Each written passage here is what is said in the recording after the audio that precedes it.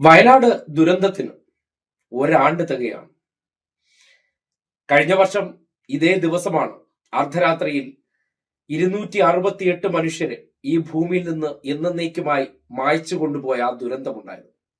ആ ദുരന്തം കഴിഞ്ഞ് ഒരു വർഷം പിന്നിടുമ്പോൾ അതിൽ നിന്ന് ഇരയായി മാറിയ മനുഷ്യരെ കരകയറ്റാനുള്ള പരിശ്രമത്തിലാണ് ഒരു സർക്കാർ സംവിധാനം. ആ സംവിധാനം പരിശ്രമിക്കുമ്പോൾ പോലും അതിനെ എങ്ങനെയൊക്കെ ജനങ്ങളുടെ ഇടയിൽ തെറ്റിദ്ധാരണ ഉണ്ടാക്കാൻ പറ്റുമോ, സ്വന്തം കഴിവുകേടുകൾ കൊണ്ട് ചെയ്യാൻ പറ്റാത്ത കാര്യങ്ങൾ മുഴുവൻ ഒരു സംവിധാനം ചെയ്യാൻ പരിശ്രമിച്ചുകൊണ്ട്, അതായത് ആ ജനങ്ങൾക്ക് കൊടുത്ത വാഗ്ദാനങ്ങൾ അത് പാലിക്കാനുള്ള പരിശ്രമം നടത്തിക്കൊണ്ടിരിക്കുമ്പോൾ അതിനെയെല്ലാം കുറെ മാധ്യമങ്ങളെയും കൂടി കൂട്ടുപിടിച്ചുകൊണ്ട് കുപ്രചരണങ്ങൾ, പച്ച നുണകൾ അവരെ പറഞ്ഞ് ആശങ്കയിലാഴ്ത്തുന്നുണ്ട്, ഭീഷണിപ്പെടുത്തുകയാണ്. യാഥാർത്ഥ്യം എന്താണ്?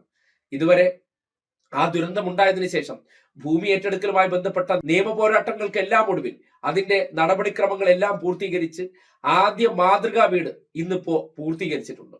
ഇനി ഡിസംബർ ജനുവരി മാസത്തിനകത്ത് 410 കുടുംബങ്ങളെ പുനരധിവസിപ്പിക്കാൻ വേണ്ടി എസ്റ്റൺ എസ്റ്റേറ്റിൽ ദ്രുതഗതിയിലുള്ള നിർമ്മാണ പ്രവർത്തനങ്ങൾ നടക്കുകയാണ്. അപ്പോഴാണ് പലരും ഫണ്ട് പിരിച്ചവർ കൈ കിട്ടിയതിനു ശേഷം എവിടെയെങ്കിലുമൊക്കെ പോയി ഭൂമി വാങ്ങിച്ച്